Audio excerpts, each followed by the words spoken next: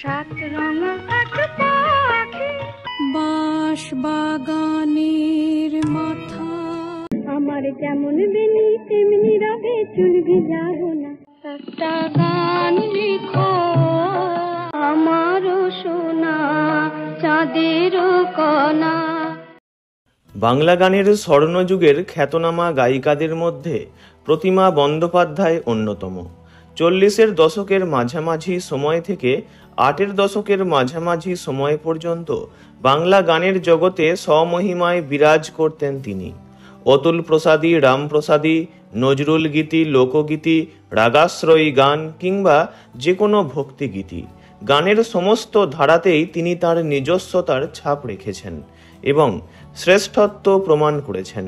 তার কণ্ঠের কোমল সুর মন ছুঁয়ে যেত সবার। সাথে প্রতিমা দেবীর শান্ত মিষ্টি স্বভাব পছন্দ করত আপামর বাঙালি। তবে তার মতো সহজ সরল গুণী মানুষকেও শেষ জীবনে সইতে হয়েছে অনেক লাঞ্ছনা বঞ্চনা। জানব প্রতিমা বন্দ্যোপাধ্যায়ের কথা, তাই ভিডিওটি শেষ পর্যন্ত দেখার অনুরোধ রইল। 1934 সালের 21শে ডিসেম্বর কলকাতার ভবানীপুরে তাঁর জন্ম হয়। ভালো নাম প্রতিমা চট্টোপাধ্যায়। বাবা মণিভূষণ চট্টোপাধ্যায় ভালো গায়ক ছিলেন, পাশাপাশি একটি প্রাইভেট কোম্পানিতে চাকরিও করতেন। মা কমলা দেবীও সঙ্গীতানুরাগী ছিলেন, ভালো কীর্তন গাইতে পারতেন তিনি। প্রতিমা বন্দ্যোপাধ্যায়ের পরিবারের আদি বাড়ি ছিল অবিভক্ত বাংলার বিক্রমপুরের বাহেরক গ্রামে। তার জন্মের আগেই তার পরিবার কলকাতার ভবানীপুরের একটি ভাড়া বাড়িতে এসে ওঠে। সেখানেই প্রতিমা দেবীর জন্ম ও বেড়ে ওঠা। খুব ছোটবেলাতেই বাবাকে হারান তিনি, মাই তাকে মানুষ করেন। মা কমলা দেবী মেয়েকে গান গাওয়ার জন্য উৎসাহিত করতেন। অনেক কষ্টে টাকা জমিয়ে একটি হারমোনিয়ামও কিনে দিয়েছিলেন তাকে। 5 বছর বয়স থেকেই প্রকাশকালী ঘোষালের কাছে গান শিখতে থাকেন তিনি। কিছু ভজন, রাগাশ্রয়ী গান শিখেছিলেন তখন।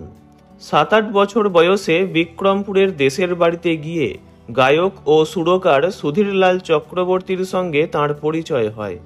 সুধীরবাবুই তখন নিজের উদ্যোগে ঢাকা রেডিওয় শিশু বিভাগে প্রতিমা দেবীকে গান গাওয়ার ব্যবস্থা করে দেন। 1945 সালে মাত্র 11 বছর বয়সে তাঁর প্রথম গানের রেকর্ড প্রকাশিত হয়। গানের কেরিয়ার সবে চলতে আরম্ভ করেছে এমন সময় 1947-এ অমিয় কুমার বন্দ্যোপাধ্যায়ের সঙ্গে তাঁর বিয়ে হয়ে যায়। সেই থেকেই তিনি প্রতিমা বন্দ্যোপাধ্যায় নামে পরিচিত হন। বিয়ের পর ভবানীপুরের বাড়ি ছেড়ে টালিগঞ্জের সাহানগরে চলে আসেন তিনি। তাঁর এক কন্যা রায়কিশোরী এবং এক পুত্র অমরনাথ বন্দ্যোপাধ্যায়। স্বামী ছেলে মেয়ে নিয়ে সংসার জীবনে ব্যস্ত হয়ে পড়লেও গান গাওয়া থামাননি। 1951 সালে সুধীরলাল চক্রবর্তী প্রতিমা বন্দ্যোপাধ্যায়কে দিয়ে একটি বাংলা ছবিতে গান গাওয়ান। ছবিটি ছিল 1951 মুক্তি পাওয়া সুনন্দার বিয়ে।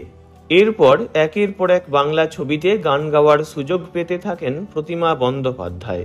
বউ ঠাকুরানীর হাট, জয়দেব, সাপমোচন, শ্যামলী, হারানো সুর, পুনর্মিলন, জন্মান্তর, মুখুজ্জে পরিবার, হারানো প্রেম, রাজদ্রোহী, মিস প্রিয়ম্বদা, চৌরঙ্গী, 3 অধ্যায়, এখানে পিঁজর, বিন্দুর ছেলে, ঠগিনী ইত্যাদি বহু বাংলা ছবির গানে তিনি কণ্ঠ দিয়েছেন। 8-এর দশকের শেষ থেকেই চলচ্চিত্রে প্লেব্যাক করা বন্ধ করে দেন প্রতিমা বন্দ্যোপাধ্যায়। কারণ 1986 সালে তাঁর স্বামী মারা যাওয়ার পর থেকেই মানসিকভাবে দুর্বল হয়ে পড়েছিলেন তিনি।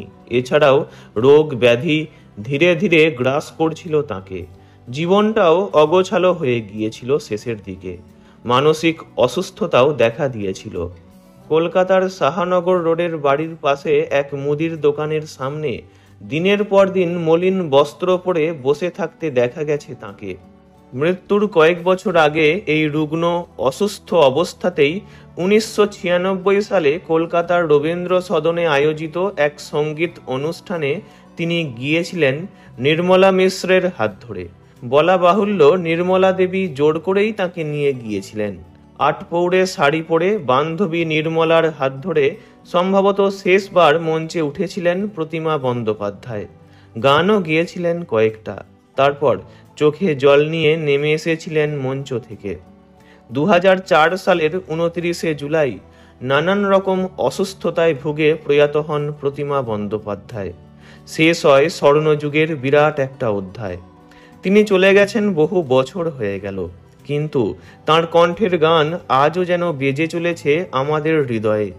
তাঁর মতো গুণী ব্যক্তিত্বরা চিরকালই তাঁদের কাজের মধ্য দিয়েই বেঁচে থাকেন। তাঁদের ভুলে যাওয়া সহজ নয়। এই ভিডিও দ্বারা ওনাকে জানাই আন্তরিক শ্রদ্ধা।